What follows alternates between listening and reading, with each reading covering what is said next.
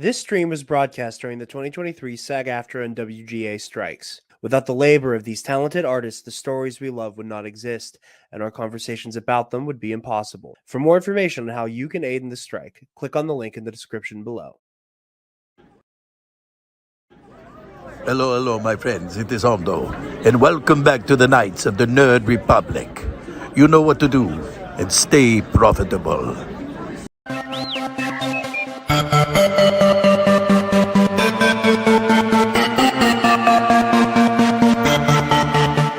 The Nerd Academy podcast is released weekly at 12 p.m. Eastern Standard Time, available on our website at www.thenerdacademypodcast.com and wherever you listen to podcasts. You can find the Nerd Academy podcast on Facebook, Twitter, Instagram, and YouTube.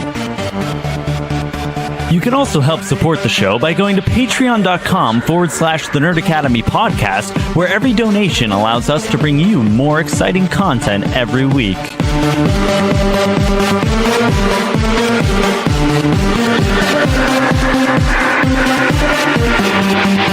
I'm at the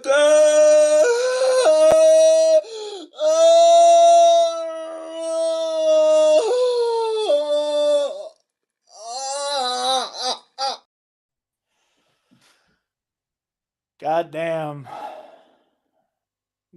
I have two things to say. Yeah. Number one, we found him. Yes. After 5.5 years, we found him. Ladies and gentlemen, we got him. Yep. Second, I will start my operations here and pull the New Republic apart, piece by piece. They will be the architects of their own destruction. Okay. Hi, Kyle. Damn. I thought we would just get Thrawn in this episode. I wasn't expecting Ezra too. Oh, I as soon as we got Thrawn, I'm like, they're not gonna go end this episode without doing Ezra. Because I thought, like, what, Sabine's gonna wander around for the rest of the episode? I don't think that's gonna happen. I think they're gonna True. Or like maybe like they would have done something where like you see like kind of like what they did with Fennec Shand when she was saved by Boba Fett in the Mandalorian, where you just see his boots and then it just cuts. Yeah, or they do something like they did with Anakin in 2 episodes ago. For a second, Yeah. I was kind of expecting like a like that Sabine, it's good to see you. Cut. Yeah, that well, it took you long enough, and he like just barely comes into focus, and then music. Yeah. No, this episode was incredible. Like, how does Filoni keep just knocking it out of the park? Well, here's the thing. Dave is doing, in my opinion, what he does when he is making his best Star Wars, and that's keeping this shit weird, bro. Yeah, he's keeping it weird. He's swinging for the fences. Like, he has... So, for people who are watching with the subtitles, did you... Like me. Okay. Like me, yeah. So, the fucking new stormtroopers are called Night Troopers? Night Troopers, yeah. Yeah. They were chanting... Very culty. Thrawn. I fucking love this shit, bro. And let me tell you, that little stinger of his whole, like, I want to know everything about Ahsoka Tano now. Like, yeah. Oh. Well, he's never met Ahsoka. He's never met Ahsoka. I was talking with friend of this show and my show as well. I was talking a few minutes ago with Charlie Ashby from the Imperial Sun podcast, and he was like, "Oh, people are." He was like, "Oh boy, people are gonna have a fit about like because it turns out," and he was thinking about something which is true, that in Thrawn alliances, Anakin told Thrawn about Ahsoka, but. And people, he's gonna be like, "Oh no, the discourse around this," but and then I'm preemptively saying that was 25 years ago. He's had a lot of other things on his mind. Preemptively, he probably has forgotten about Ahsoka Tano. Yeah. I mean, I don't remember what all Anakin said about Ahsoka, but that part I don't remember all that well. I mean, who's to say there isn't just a moment where he just goes, yes, I remember Anakin Skywalker told me about you. You know, like, and it can be the second villain in the show who like kind of in a backhanded way throws Anakin in her face. And I love the fact that like this episode's stinger with that I want to know everything about Ahsoka Tano, you juxtapose that, her mentor, everything about her, you juxtapose that with what's just happened last week. Like Ahsoka, by the will of the Force, was kind of given this like impermeable armor now that like she's able to go into this confrontation in a place where just the name Anakin Skywalker isn't going to make her kind of lose her resolve. That I think is very important. Huh? She's gone through a major part of her journey. She's Absolutely, going in, yeah. She's going in way stronger than emotionally and just generally than she's ever been in this show so far. Yeah. Yeah. Yeah, she went in emotionally compromised to face Balin. Yeah. And she's been near. Thrawn is very nervous about the idea of Ahsoka coming and Sabine and Ezra being reunited, because he could just as easily have just simply left them on that planet. Bye-bye. But he's basically like, kill them as soon as they're together. Kill them. Yeah, I think he's a lot. Actually, it's telling that he's, I think, more scared of Ahsoka than he is of Ezra. Yeah. And Ezra is the last person who defeated him that we know of. Yeah, and I'm curious as to what happened like after they got to the planet. Because was it like more of a peaceful, like, I got you to this planet here, I didn't really have a plan after that, so I'm leaving, or did he escape? I was wondering about this too. I think there is like an argument to be made that like the crash, yeah, maybe Ezra escaped, maybe Ezra like gained consciousness before the rest of them did, and he's like, so I'm here on an unknown planet with a bunch of Imperials. This is not going to end well for me. I don't have my lightsaber. I could just run for my life.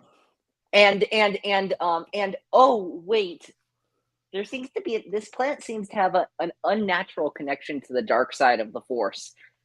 If they find these people, which they eventually will, and I'm there, I'm screwed. Yeah. So I better just run. Oh, there's that. I think there's also something to be said about the idea that Ezra was like, that like everybody kind of went their separate ways, that like you said, like Ezra's like, okay, like I am by myself on a Star Destroyer unarmed. I need a GTFO.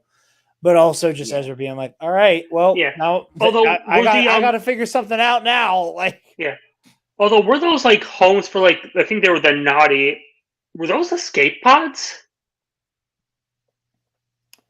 That's an interesting idea. I didn't never consider that. I'm not sure. Because they kind of looked like them. Like, I've never studied the escape pods, but they kind of looked like them. Like, they all were kind of like the same round ball kind of shape. They didn't look like they were naturally built. I'm not sure. We'll see. I mean, I love everything about the Na'vi because, like, they're some of my favorites already. It's so deeply George.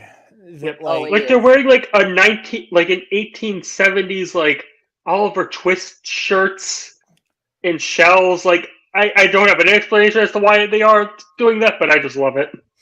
Well, of course, that's actually my favorite thing is sheer weirdness. I was gonna say that's my thing is like okay, Dave's like, okay, we want to find Ezra. You want to find your guy? Sure, but I'm gonna subject you to some goofy shit first. Yep. And you're gonna like it. Because the first one, the Howler was like sniffing the thing. I thought it was like going to be like an X-wing helmet because it kind of had that shape, and like she would dust it off and she realized, oh, Ezra was around here. But then it's like, nope, this turtle dude's just wandering around. Well, I love the little turtle people. I think there's something just like so, while Thrawn is pluming the depths of dark side magic to exact his revenge on the galaxy and make his way back and all of that, Ezra just befriended he's just vibing. Ezra's vibing. He's vibing. He's entrenched in the nature, which is just so deeply part of who he is. Meanwhile, it's almost like how Luke was in The Last Jedi. Yeah, like, I got a lot of CLJ. But the main difference is that Ezra wants to be found, and and you know that he's going to go back as soon as Ahsoka arrives. Yeah. It seems like this guy that's what I love about his appearance and how Amon plays him in this show, which is that he is been Ezra. through a lot. Yeah. He's been through a lot. He's faced who knows what in this new galaxy, and he obviously has so much to tell Sabine and the audience about his experiences in the 9 years since the end of Rebels. But at the same time, in heart, he's still that same little boy we first met on Lothal all those years ago. He and Sabine immediately start chatting like siblings. They start bantering like siblings. He wants his family back. He wants to be a Jedi again. He wants to. He so much has changed, and yet so little has changed. Yeah. Yep. I mean, as soon as he gets back to the galaxy, everyone in the Phoenix Squadron is going to come running to see him. Within a nanosecond, they will be there. I'm imagining, Hera, and he's going to. Hera, Zeb, Palace, Mart. I was going to say he has a pseudo nephew now in Jason. Oh God, I cannot wait to see that. Like he'll get a hero's welcome on Lothal. Yeah, him and Ryder again. Oh yeah. You ready for that one? Because that Ryder, like, even based just on like the one scene where he's talking to Sabine in the first episode, where he tells Sabine, "Listen to what she has to say." He would have given an entire army to Ahsoka to help to find Ezra.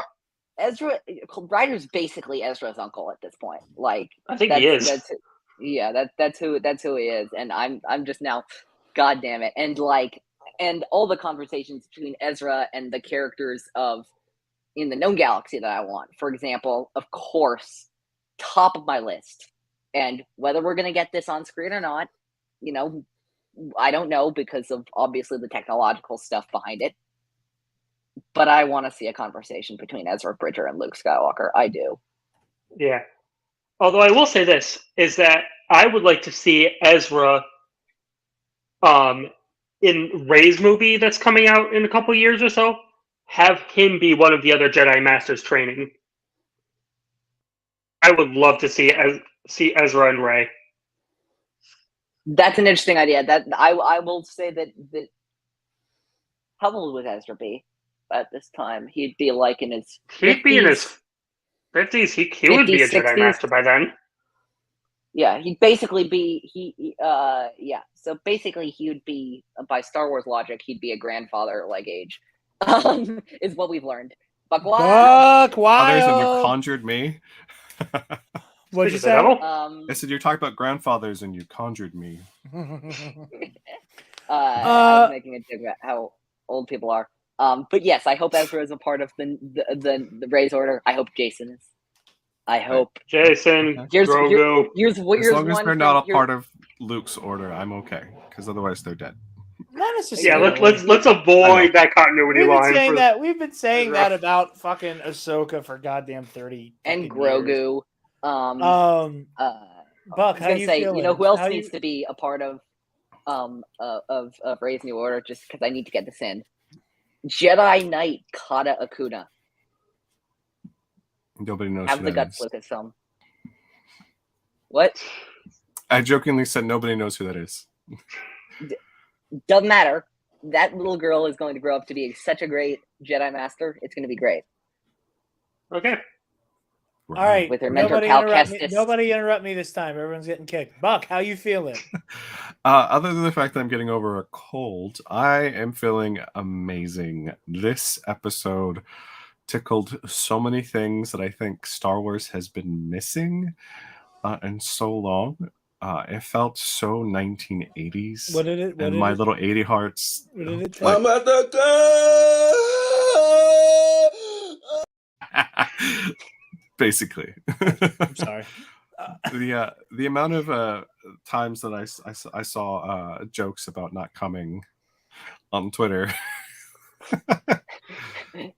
Jared's clip, that one in Alden's clip, both of them. Oh yeah, Alden's clip. We all posted videos of each other, and that was not coordinated at all. I just want. We were on a little call. This shows our friendship. Truly, we were all on a little call before I got in way, here, and we were all like opening Twitter and seeing how Alden posted the clip of Scotty and Jerry posted the clip of me, and I posted I'm about to come anyway. How 1980s is film? This channeled the best. No, Eli, you've been talking forever.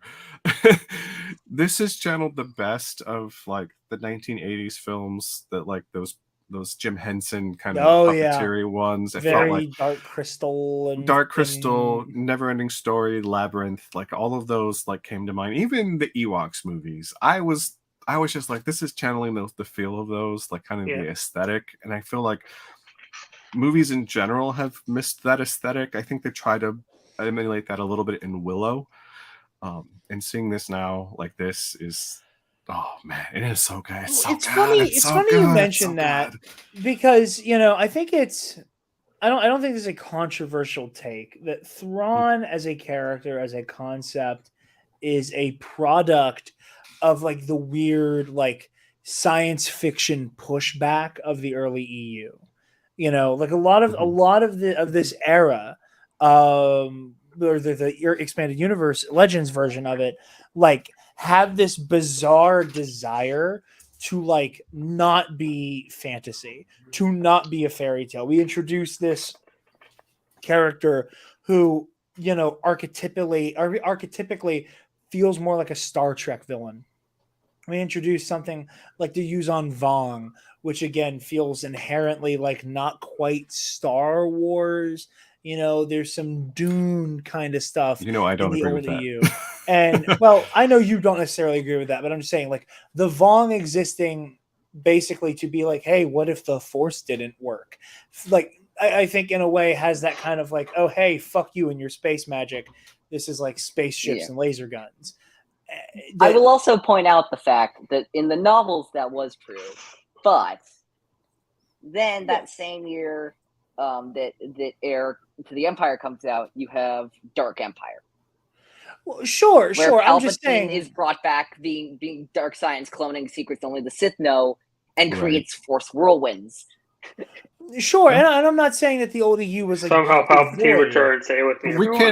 We can't ignore the fantasy elements of the Dathomiri witches themselves. Yeah. No, of course, if you read Courtship of Princess Leia, it is the most like high fantasy sword and sorcery book of all of the Star Wars books. And so like that is ingrained in the origin of the Dathomiri witches. And, and I love that we're kind of getting elements of that now. And then we're getting the fact that we're getting the fates, the three fates like on screen. Like, are you shitting me right now? Like, you're literally pulling from, I tend Greek to agree mythology. With Paco. I do tend to agree with Paco. I think this episode, I might like this episode better than the last one. I might. It's a good argument. It's not that the last episode is bad. Far from it. But there's a visual grandness of this episode that the last episode didn't quite have. There's the emotional impact. The other episode, like the previous episode, in my opinion, was far more emotional because it was more Ahsoka's journey overall as a character, and her like kind of like confronting what happened, confronting her master, all of that. Top 10 things I never want to hear Thrawn say. Top 10 things that comment up there.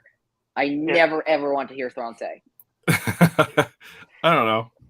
This episode was far more like of them moving forward in terms of the actual story itself.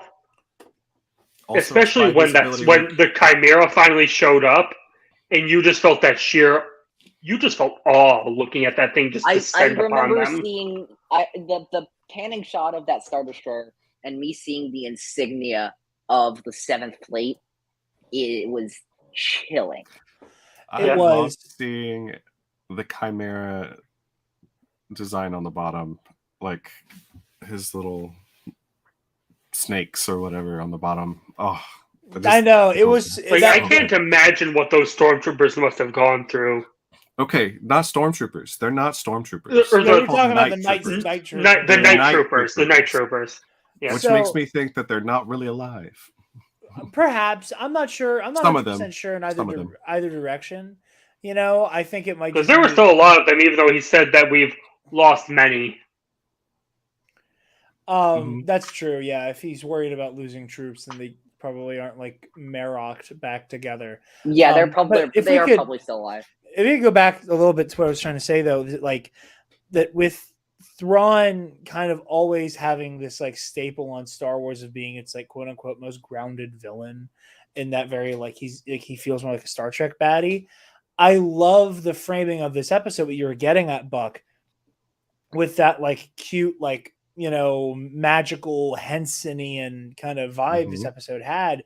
That like he went from being the blue Star Wars Moriarty to like the evil fucking queen from Willow.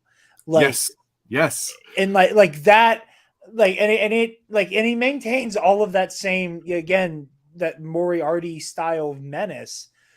Yeah. But just the framing alone of the Chimera docked on top of this like terrifying, like,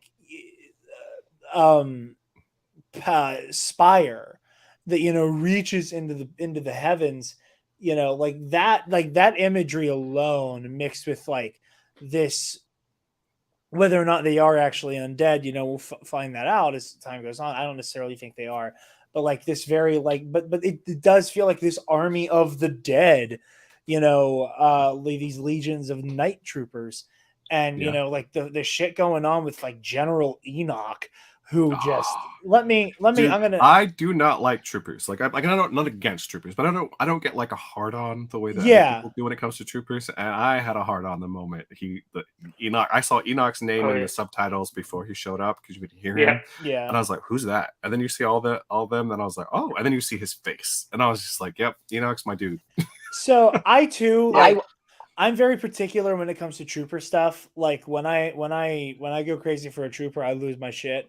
And I saw him before I understood what Thrawn said his name was, and then I eventually turned on the subtitles. And I'd like to tell a quick story. There's a little non sequitur that makes me very happy. So some years ago, I think I've told this on the podcast before, but 1,000 years ago, Travis, two of the admins of our Discord, and Mike Doling, we were all out. We were at this Marvel trivia bar crawl in the city, and afterwards we're all at a Sheets. We're chowing down. We're hanging out, and out of nowhere, Never mind.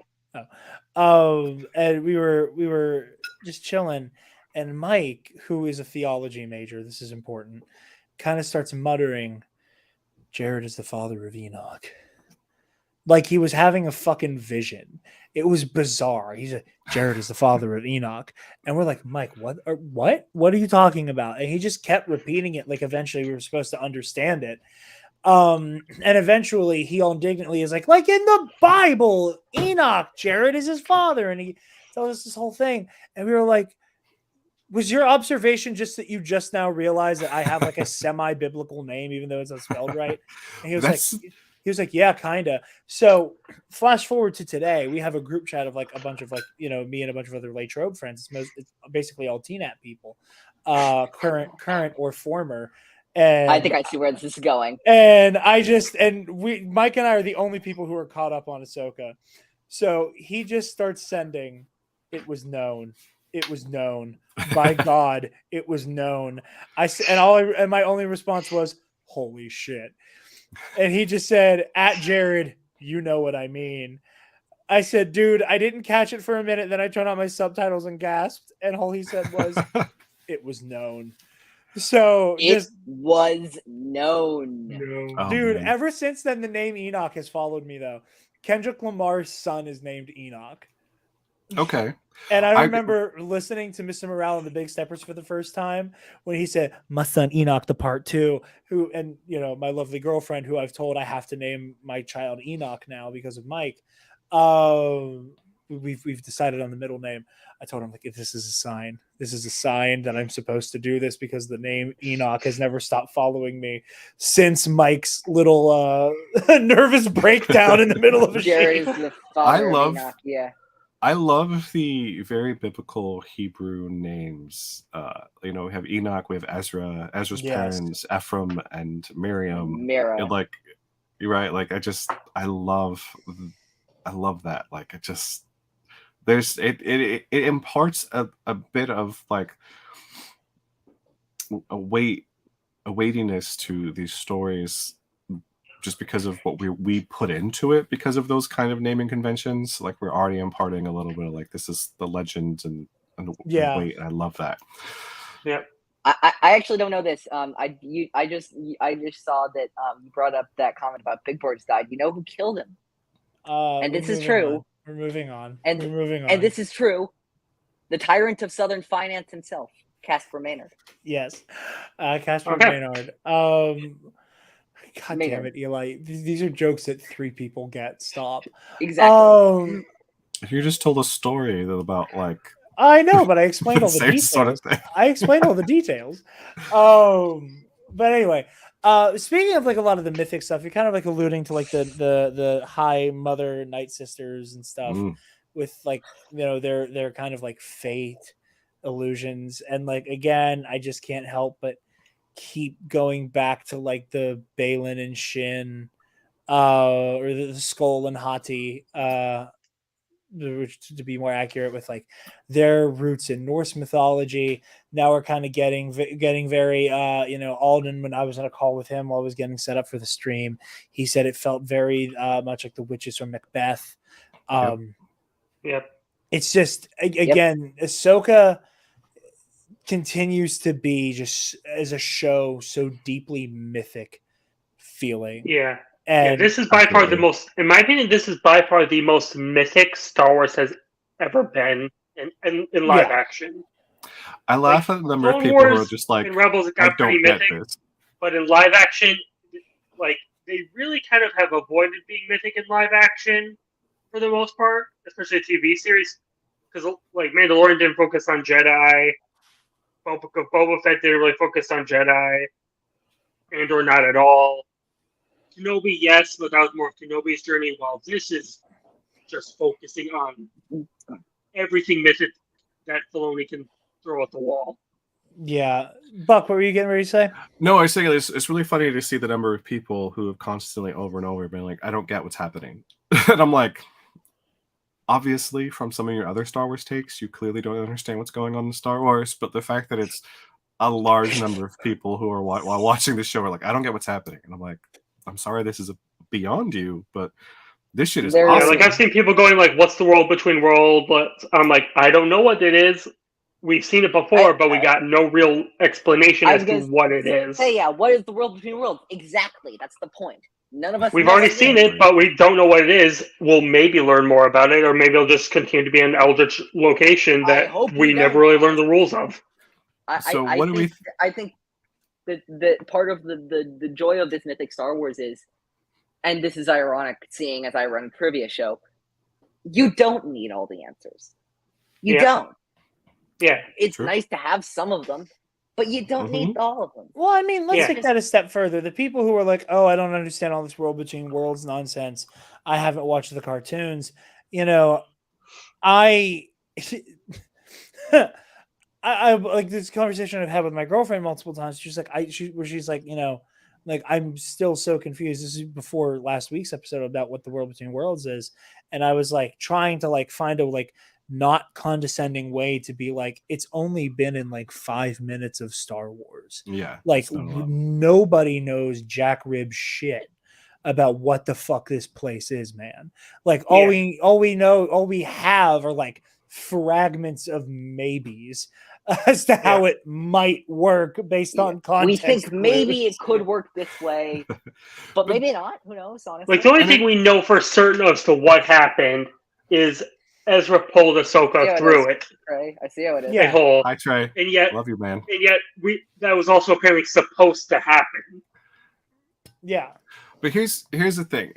Is like, I think sometimes we as Star Wars fans who are in the weeds of it all sometimes confuse the more casual fans, because like we're like, oh, the world between worlds, and I'm like, did they really need to know all of that? Because they don't name it as the world between worlds. It's kind of a question whether it really is.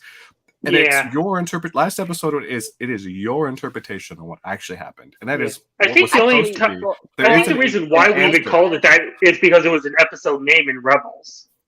Troy, and Dave up says to it, 4. you know, but up yeah. to 4. But like, are these casual fans watching these Dave Filoni interviews? Right, like that's what I'm saying. Like sometimes we confuse things more than. No. Of course, I don't disagree with you on that, and totally. I do agree with you. I'm just saying in general, like there's just that like part of like the myth, the most confusing things that are happening right now are things that like we as people who have seen Rebels, you know, are also in the dark on. And like I said, you know, this is the first episode I haven't watched with Taylor because she wasn't feeling well, so she went to bed. But like is she in for a ride? Yeah. So fucking weird. Man, this episode was so fucking weird. But like there were moments where she was like, I don't understand what's going on when they were talking about like the new galaxy and traveling there early in the series.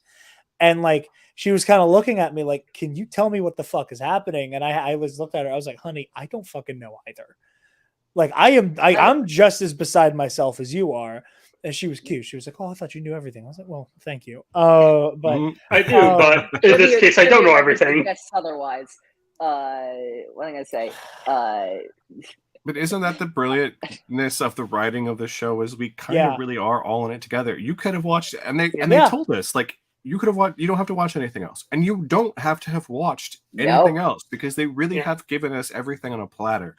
So I think like, it helps to watch things like Rebels and Clone Wars with the show, but you don't need to watch things like it helps the emotional context.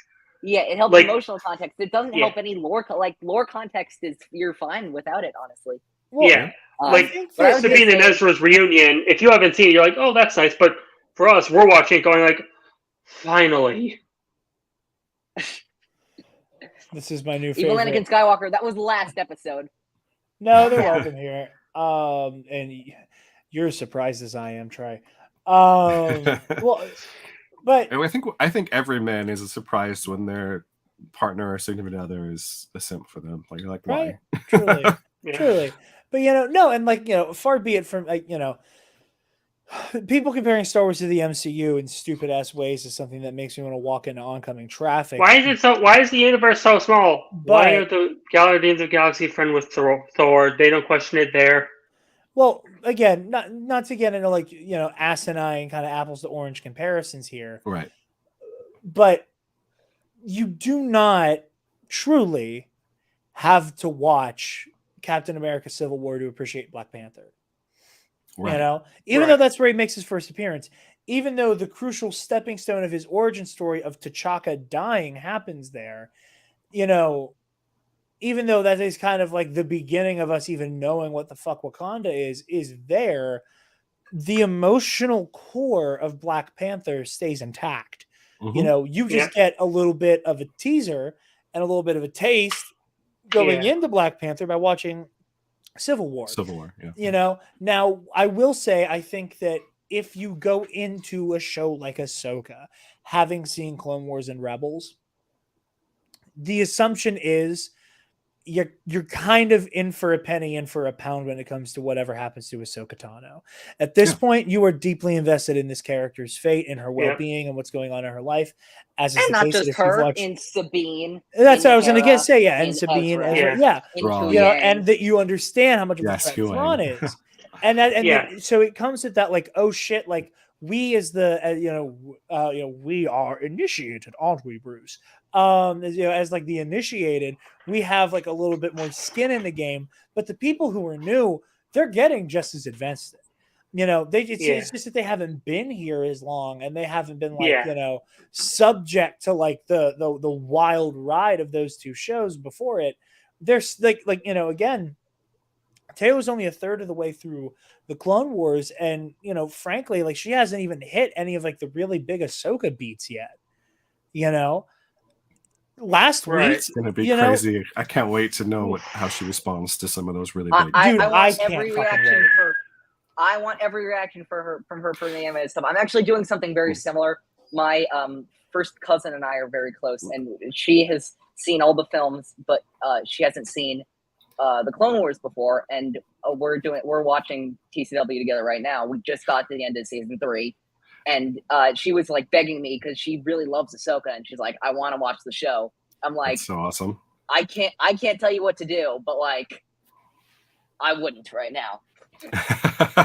Yeah. What I love, like my fiance and I we're watched the Clone Wars and Rebels together, and he goes to bed before the episode drops here because he has to get up for work at like 3 a.m. So we'll usually watch it when we're next off together. So we'll probably watch the next one like Monday or something like that. So like when he watches these shows, because he's seen Clone Wars and Rebels, he has those reactions. Like when Balin mentions to Sabine, your family died, he's horrified by what happened. And he's going like, oh my God, what is going on with these people? I know why these people are acting the way they are now. My husband, when we first started dating, it was the middle of season 3 of the Clone Wars. His first episode, which is why this is a full circle moment, it was the Night Sisters arc with Ahsoka. Was it? That was his first episode, was the Night Sisters. Wow. And he was hooked from then on. His second arc is Mortis, because that happens right after that. So he was an Asajj Ventress and an Ahsoka Tano fan like that. That's how I knew he was the one. Yeah. Fucking based as hell. Yeah. My fiance has said that the day Ahsoka Tano dies is the day he stops watching Star Wars. You got probably about that. a few years left, so enjoy them. Well, personally, I believe that you don't die in Star Wars: You're a Force Ghost. You just simply become a bit glowy. Oh yeah, I mean but I think that, and this is something I'm very glad that they've been that I feel like has been pretty well telegraphed with Ahsoka. And do I think Ahsoka Tano is going to die this season? Absolutely not. No. Do I think Jarod was going to say I want to do season 2? Do I think that Ahsoka Tano is going to die sometime in the Grogu saga? I think maybe, yeah. I think maybe, yeah. It's possible. And yeah. I'm glad that possibility is open, because I love Ahsoka. Although I will say that top 5 Star Wars characters, and I know how much Dave loves her, but she's got to die at some point. Does she? I hear we're already gone the Ahsoka the White, Gandalf the White route. He doesn't really die. He just goes off into the West. And we keep expecting her to die for years. Wait. Is Peridia going into the West? That's where the Purrgil go to die. It's the Purrgil graveyard. So would it not be a similar thing for Ahsoka to leave our galaxy and go into the West, as it were? Because it is, if you look at a map, a galaxy map, I believe this galaxy's to the west. If you were to put it north, south, east, west, it would kind of be into the west. Man, I really gotta rewatch this Middle Earth shit, man. I gotta. It's just taking everything from everyone. Lord of the Rings was like that's it was like was on a cycle with Star Wars. It was like we'd watch all of Star Wars and we'd watch all of Lord of the Rings and we'd start over again. Listen, George Lucas is Hollywood's greatest plagiarist. Mm-hmm. It is the DNA of Star Wars that it is this Frankenstein's monster of a bunch of different historical, philosophical, spiritual, mythological elements, all just kind of vivified into one story, and then also the greatest hits of the first half of the 20th century. Yeah, so you have that being in its DNA. So what happens when you go down a generation? Oh well, what was the piece of mythology that like people in Dave Filoni's, Dave Filoni and On's kind of, world? It's, Lord of the Rings, even though like obviously it was around for George. I don't think it was something that he as a youngster was super into, whereas like Dave's age, those nerds were super into fucking Tolkien. So like the idea Chronicles that like of Narnia, right? Yeah. So the fact that we're getting World this Between Worlds is kind of, and I was going to say the fact that Ahsoka is having a Gandalf-esque story Trey's got smart money. Yeah, I think the best bet's Ahsoka's dying in that film. Ahsoka's having a Gandalf-esque story, but a Gandalf-esque story and Gandalf's story are not the same thing. So, like, could she go into the West? Could she stay in the other galaxy? Sure, but could it diverge at some point? Also, yeah, I think that's actually more likely. I think it's far more likely that they will take elements of Gandalf's journey and put absolutely. it into Ahsoka than the entire thing. I'm obviously not saying that is exactly what's happening. I just thought it would be fun to hypothesize. No, absolutely. You're not the first person, Buck. I mean, you're not the only one I've heard say that. Like that, Alden was on a similar tip the other day. He was talking about the same exact thing about like how Gandalf was like, "All right, Sauron's taken care of. I'm going to the West. See y'all. Peace. Don't burn down the fucking Shire while I'm gone." You know, he beat it afterwards. Like that. And you know, so I could see it. I just find this all deeply fascinating. What do we think? What do we think Balin is looking for? Damn, Buck. I do not understand his motivations, but it's not a complaint. But I'm genuinely confused as to what his plan is. I don't think it's that confusing. I just need to pause for a second. You put on we wear the same shirt, and then you and I like end up with a fucking mind link. I love it. You're segueing for me. We're on the like bi power. Yeah, by visibility week, man. Yeah, like, it's amping us up in the Force.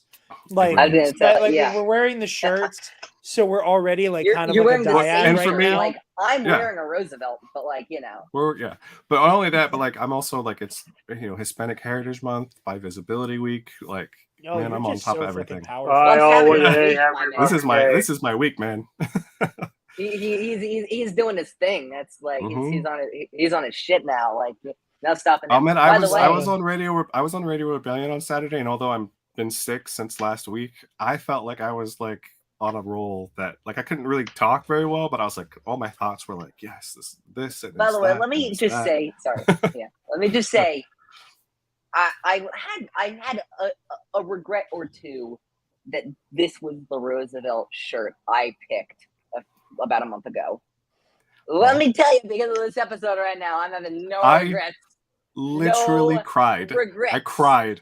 I thought it was going to be cheesy. And because it was Huang and the way that they set that up, I fucking cried. I literally it's the title of the episode. It's far, far away. It's far, far away. Can I tell you guys something that might be surprising from me? I don't think it worked for me. That's fine. And normally this is the kind of bullshit that would have me bouncing off the walls. But it would be. But you're joining Chris Swift on this one. It felt, I'm sorry, I hate to be that guy. It felt a little, he lost the Star War. Ooh, those are not on the same level, but okay. No, it just no, I don't know. Not. I will say though, and again, I look forward to rewatching this again tomorrow with Taylor, because I like infamously did not like the Mando season 3 finale for like 24 hours, and then I watched it a second time and uncontrollably burst into tears during the ending. Like I had this moment of like, I don't know how I feel about this. And I watched it a second time and I was a fucking mess. And it took me like 30 minutes to contain myself and get myself under control. So there's a good chance that tomorrow, a long time ago in a galaxy far, far away, will like hit me like a fucking freight train. That is also, can we talk about how the fact that apparently Hu Yang arrived in a blue box? Well, so apparently the Doctor is part of Star Wars. It's a rumor, right? Like they weren't. It's the legend of his arrival. Pull Trey's latest comment up, because Trey's latest comment is exactly how I feel. Right? Yes, Trey. It probably shouldn't work. No, it did. When it happened in the shouldn't work. But in that TV spot, like when it happened in the TV spot, I was like, "Ooh, this is gonna be lambasted." I kind of love it because it's David Tennant delivering this line, Huang. But like. In the episode, it literally hit me in the heartstrings, and I literally shed a tear. That was my thing. It was like I was like, this is gonna be controversial. I'm fine with it personally, but like I don't love it. I don't hate it. I'm fine with it. And then the episode, I'm like, it works. It works. with Yeah. the And delivery, then so much stuff happened in this episode. It was just kind of like, oh, with that the happened. delivery of this line, do we think we're getting the rest of the Anakin dialogue? Because that teaser, what we got with Anakin, and he's With talking to you know, Ahsoka, I'm not always and going to be around. It was like the I'm not Tales of always the gonna be around. Jedi. It's like, trust your instincts, right? Like I know you can do this, Ahsoka. Like, we haven't heard that. So do we think we're hearing Anakin one more time? Here's my main evidence for my opinion, which is no. And here's what it is. The featurettes around bringing Hayden into Ahsoka, at least for me, suggest that that's all we're getting of him this season. That might be totally wrong. I might be shooting in the dark with we this don't one. need to see him, though. We could hear him. That's what I'm saying. I think it's definitely on the table. I'm not 100% sure. I can go either way on it, Like Right. I had my Anakin itch thoroughly scratched, Oh, yeah. but like I'm also never going to say no to more of it. Not So when I can go not either when it's way. played by Hayden. I'm sorry, not when it's Yep. played by Hayden. Hayden is, And Hayden It's has so so good. come into his own as Anakin that this is his best performance as Anakin ever. Yeah. I yeah. agree So good. completely. and that is with his knockout performance in Obi-Wan Kenobi as well. Yeah. Like, he did great there too. Going back to what Buck was bringing Aged up like with a- the Balin stuff. I am so intrigued. Like Boken Jedi. I love we have a new term for our Jedi. Yeah, like the in between the Mhm. fall of the order and the reestablishment. Listen, man, I fucking love Balin Skull. Like Yes. the fact that we have this Star Wars antagonist who is lamenting the cyclical bullshit of this galaxy. Mhm. And what I love about him is that, like, I know as like a 13-year-old, like, fucking great Jedi fucking edgelord, I had those saying, well, the bad things just keep happening. Maybe the Jedi are the fucking problem, man. Like, opinions. So, like, it's really fascinating to see like a nuanced, complex version of that. Not only brought into the narrative, but brought into the narrative through the eyes of somebody who who is a victim of all of the same things our heroes are victims of, who lived a life, running from this oppressive empire that tried to kill him and his brothers and sisters. And he's on the run, and he's taken up mercenary work. Like, that whole idea of, I was a Jedi, I was a protector, a keeper of the peace, a guardian of the weak and helpless, and now I'm some scumbag sellsword. Like, not to pull a Star Wars theory and say, oh, that was in my script, but like, that was a huge driving force around, like, the fucking Fabian Martell for Ionized Bastards. Right. Like, it was the same idea of, like, I was supposed to be a protector, now I'm some scumfuck mercenary. Right. Yeah, and remember what he said when Shiv said, "Do you miss the Jedi?" And he basically says, "I miss the idea of them." Mm-hmm. Yeah. Oh, fuck, Woodsy, that's a banger. It is. Oh my God, Woodsy! Yes, that is straight the fire. difference I was going to say between Bastards and Star Wars Theory is that Theory was trying to make something good but failed miserably, and Bastards was trying to make something bad but also failed miserably because it was good.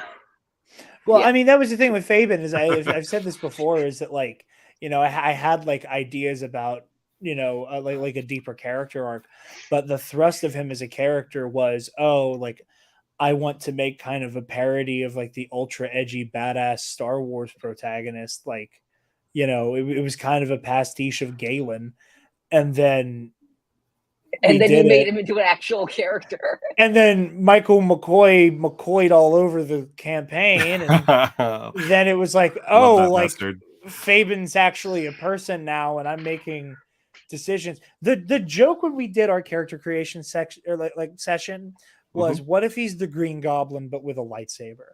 Like that was the beginning of the conversation. Go watch Ionized Bastards. Please Plug do. Ionized Bastards. Pluggity plug. I'm not. I'm gonna have I'm to pull the involved with trigger it. on that. It's just so good. It is for me. Like for me, it was like that missing, not missing, but like that piece of the Mandalorian, the Grogu saga journey between Book of Boba Fett and season 3.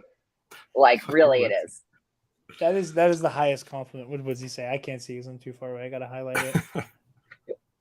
Yeah, not from me and my not the script. Not the script exactly, because it wasn't scripted. He stole something out of my Google Drive. Yeah. Balin like lamenting the cyclical nature of all these things, and just like you can tell that he's lamenting where they're at now, and the normal thrust of a Star Wars villain and their motivations being domination or power or revenge. And Eli, I'm going to say something and you're just going to have to shut the fuck up when I do it. Oh no. Like, we truly have not had a villain in Star Wars whose motivation was a sincere, I need to fix the galaxy and save it from itself since fucking Traya.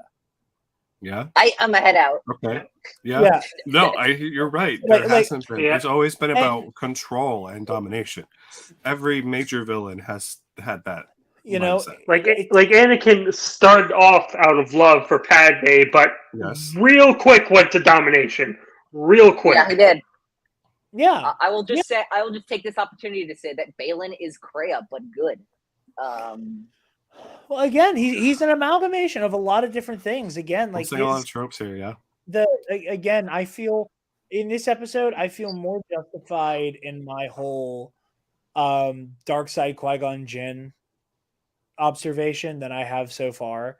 Where like everything from him felt like this like corrupted version of Qui-Gon, and that really resonated with me personally. Yeah. And it's such an insightful person. That's the what really brings me towards him is how I have a new fear. And I hate to be the guy to be the downer on this. I have a fear that Balin is intended to survive this season, and all of Dave's plans are now for naught because Rey passed. Yeah, that is a concern. That's my biggest fear right now. I don't disagree with you. My take on that is that I saw this fan cast floating around. I cannot take credit for it. Oh, as hard as it would be to live up to Ray Stevenson's performance, I saw the idea floating around of Liev Schreiber. Liev Schreiber, yeah. Okay, I would vibe with that. Okay, that could work. That actually could work. Like, and it's one of those situations where you need to cast somebody who's a fucking heavy hitter. Like you cannot half-ass recasting that role after his performance. What Stevenson did, after Ray Stevenson did. Oh man, you got to swing for the fucking fence, dog. He's giving a performance. I honestly don't think the closest performance to something like this is Ian McDiarmid. I think in Star Wars, I don't think anybody has given like a fun, like really classy, like high-end performance, but like his is nuanced in a way that I think I was going to say somebody Ian's like not quite vibes very like hard. Literally every bit of his dialogue, you don't know what he's going to do next. Yeah. And it's not in an intimidating way, but in a fascinating, where are you going with this plan exactly kind of way. The person I compare him the most to, and this brings back the whole Jared's whole corrupted Qui-Gon thing, is Christopher Lee. I was gonna when he was talking about the corrupted Qui-Gon, I was like, wasn't that the point of Dooku? But this is just done on a more nuanced level. I don't like that. And you're right that Dooku is very aristocracy. This is Dooku. This is Dooku without the like, I need to carry myself a certain way. No, I'll carry myself how I fucking feel like. Yeah, there's no mustache twirling, and also there's nothing. Again, and this is another like bizarre thing with like a Star Wars villain with Balin, is that he's not like an outwardly sinister character. No, there's not this terrifying visage with him. the way there is with Vader and Maul, etc., etc., etc., etc. He's not a mustache twirling power, like power obsessed lunatic, like the Emperor or Dooku, etc., etc., etc. He's not like fucking Boba or Jango or whomever. Like, there is not another Star Wars villain you can easily compare to Balin Skull without having to add the modifier of they're like blank, but blank. Mm-hmm. Yeah. It's I mean, when we're first would... introduced to him, he's perfectly polite to the ship captain until the ship captain threatens him. Like, he probably just wanted to just grab Elsbeth and just fuck out of there. He probably had no plans to kill them until they pull the blasters. Yeah, that's the other thing is that there is building. I feel like this is an intentional build to this, where, am I saying that Balin and Shin are going to be heroic in the end? Absolutely not. But I don't know how much longer Balin and Shin are going to be on the same side as Morgan and Thrawn. I don't know. This is what I was going to say. It was interesting to see him be sort of deferential to them, but not really. He's like, I have a purpose. I have something that I want that is on this planet. So your mission aligns with mine right now. But how much longer will those things align? And like, you can definitely sense the paths diverging. It is definitely possible that Balin takes out Thrawn, and that Thrawn isn't really. And vice versa. I so hope that's the case. More like vice versa. Either or, right? Either or, because Thrawn clearly doesn't. Morgan, like, all I want is to get off this planet. I don't really care if they come off with us or not. I don't care. He didn't know who Balin Skull was. Yeah. He did. I mean, like, he didn't know, like, by look. Not by looking at it. But when you told him his name, he's like, "Oh, General Balin Skull." Okay, like, yeah, absolutely. And I think that's interesting to see that, like, again, our villains' downfalls are easily written as they're not in line with each other. They have different goals, and so that's their downfall. Yeah, it's the lack of unity all over. Absolutely. I do want to say briefly before we kind of bring it home here, because I'm tired of even going for about an hour. I do love the way that the Ezra stuff was executed. Mm-hmm. Again, we talked a little bit about like the Hensoniness of like the little people who guide Sabine there, but like the instant chemistry between Sabine and Ezra in live action is remarkable. It is. It was just such a well scripted, well blocked scene, and I love that, like, Sabine's arc of like learning the responsibility that comes with the title of Jedi. Whether or not she does accept it in the end is we'll see, but Sabine kind of going again, continuing, and there's going to be discourse about whether or not she quote unquote made the selfish decision by choosing to accompany them to Peridia, but she has come off of making a decision where her choice was guarantee that Thrawn doesn't return or chance that we save Ezra in the process of stopping him. Where like she consciously rolled the dice on that and kind of accepted that her odds of rescuing Ezra kind of triumphed the guarantee of exiling Thrawn permanently. And that is what it is. But she kind of doubles down on that with that again, selfish inclination of don't make me think about the choice I made. I just want to be happy that I have you again. Yeah. That is the path to the dark side. That decision right there. And I'm very, very excited for that inevitable conversation. I'm excited for Ahsoka. Yeah, because Ezra, based upon the conversation, I think Ezra thinks that like the fleet is just off the planet to help him out. Oh yeah, he totally thinks that they're out of there. Like fuck. Even know Sabine has to sit him down and say, "It's just me, and my ride is going on a Star Destroyer back home." Yeah, because she doesn't know that Ahsoka's on a Purrgil catching a ride. No, of course not. He has no idea what has happened in the galaxy for the last decade. Yeah, he's gonna have a lot to catch up on. They do. They have so much to get. Like I was joking about another context with a friend of mine recently about this, but I can imagine the scene. They're not going to do this, but it would be funny if they did. where Ezra's like, so hold on for a second. So Ahsoka's former master secretly had a son and a daughter, and they, along with this smuggler from Corellia, overthrew the Empire. Is that what we're saying? So that Leia chick we helped that out, I met.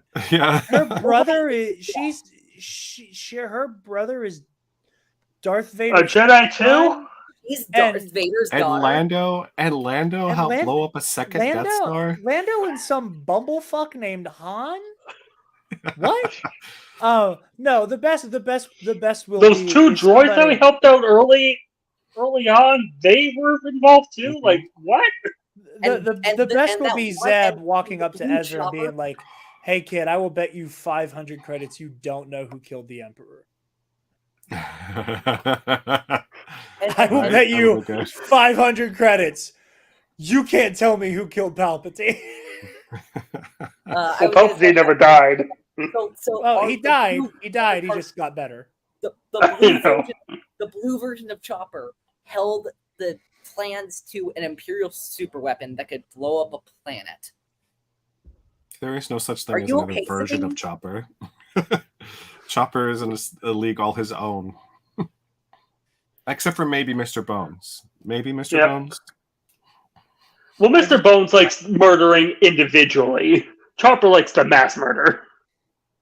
Woodsy, this is a fun comment, but I have 2 words for you as to who the villain of Rey's movie is going to be. Darth Maul. I'm kidding. I'm joking. I'm joking. Darth Crate. Stay tuned. I'm working on a video essay. Oh, yes, he is. And his idea I'm aware. I had a brain blast and it pissed off Chris Swift, and I knew that it was going to be. It really good. did. Oh, it's so easy to piss Chris Swift off. I know, but when I bounce a Star Wars idea off of him and he like acts like he's going to like stick his head in the blender, I know it's good. By the way, Chris Swift did not love this episode. So of course he didn't. He has no taste. Because it was fucking fun. Anyway, he's allergic to fun. I do not understand it.